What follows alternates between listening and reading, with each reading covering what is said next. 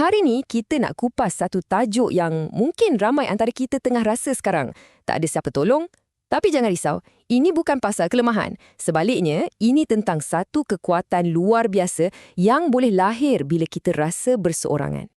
Jom kita mulakan dengan satu perasaan yang rasanya semua orang pernah laluinya. Perasaan keseorangan. Pernah tak rasa macam ni? Soalan ni, memang menusuk kalbu kan? Rasa berat, macam kita ni menjerit tapi tak ada siapa dengar. Kosong. Dan bila kita rasa macam ni, memang senang sangat untuk rasa terperangkap.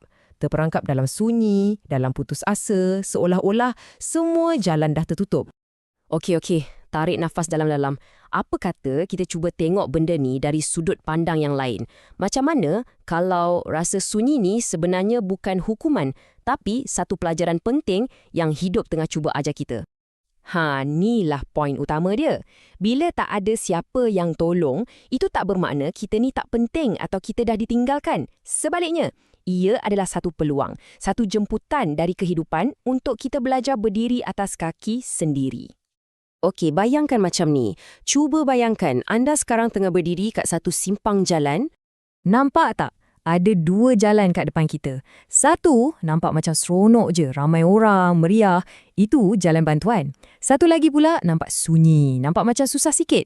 Itulah dia, jalan sunyi yang kita kena lalui sorang-sorang. Jalan yang sunyi tu, walaupun nampak menakutkan, sebenarnya ada satu benda istimewa. Dekat situlah kita akan jumpa satu kekuatan dalam diri yang kita sendiri pun tak sangka kita ada. Di sinilah kita betul-betul jadi kuat. So, macam mana sebenarnya proses bila kita sorang-sorang ni boleh bina kekuatan diri? Jom kita tengok. Jadi, bila kita sebut berdikari, apa sebenarnya maksud dia? Ia bukan setakat, aku tak perlukan orang lain. Tak, lebih dari itu. Ia satu proses untuk kita betul-betul kenal diri kita sendiri, faham apa kekuatan kita dan terima apa kelemahan kita. Yang bestnya pasak ni kan, ia pecahkan konsep tu kepada benda yang kita boleh nampak. Bila kita terpaksa buat semua benda sendiri, secara tak langsung, kita belajar 4 benda ni. Kita jadi kreatif, cari jalan keluar, kita fikir lebih dalam, kita jadi lebih fleksibel dan yang paling power, kita mula percaya pada diri sendiri. Poin dia kat sini senang je. Setiap cabaran yang kita lalui sorang-sorang tu, anggaplah ia macam training, bukan halangan. Setiap kali kita lepas satu halangan, kita jadi makin bijak, makin kuat, makin confident dan lebih bersedia untuk apa pun yang datang lepas ni. Okey, dah lalui semua benda susah ni. Apa reward dia? Apa ganjaran paling besar kat ujung jalan nanti? Ganjaran tu, ia tak tunggu sampai hujung. Ia mula masa kita berani ambil langkah pertama tu. Tak kisahlah kecil macam mana pun langkah tu, itu dah satu kemenangan besar. Bukti yang anda dah mula jadi hero untuk diri sendiri. Garis masa ni tunjuk dengan cantik sangat perjalanan tu kan? Mula-mula kita hadap cabaran. Lepas tu, kita kumpul kekuatan, ambil langkah pertama.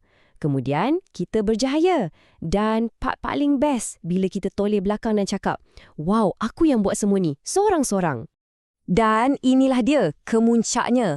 Ayat ni, ia bukan sekadar ayat motivasi tau. Ia satu pengisytiharan. Anda bukan lagi mangsa kepada keadaan. Anda adalah watak utama. Anda adalah pahlawan dalam cerita hidup anda. Jadi, tolong ingat benda ni. Masa tak ada siapa datang tolong tu, itu bukan nasib malang. Itu bukan kebetulan. Itu sebenarnya cara hidup nak okey kita. Nak bentuk kita jadi versi diri kita yang paling padu. Okey, sebelum kita habis, saya nak tinggalkan anda dengan satu soalan untuk difikirkan. Cuba fikir sekejap. Cabaran apa yang tengah anda hadapi sorang-sorang sekarang ni? Mungkin itulah sebenarnya kelas pembelajaran paling penting dalam hidup anda saat ni. Fikir-fikirkanlah.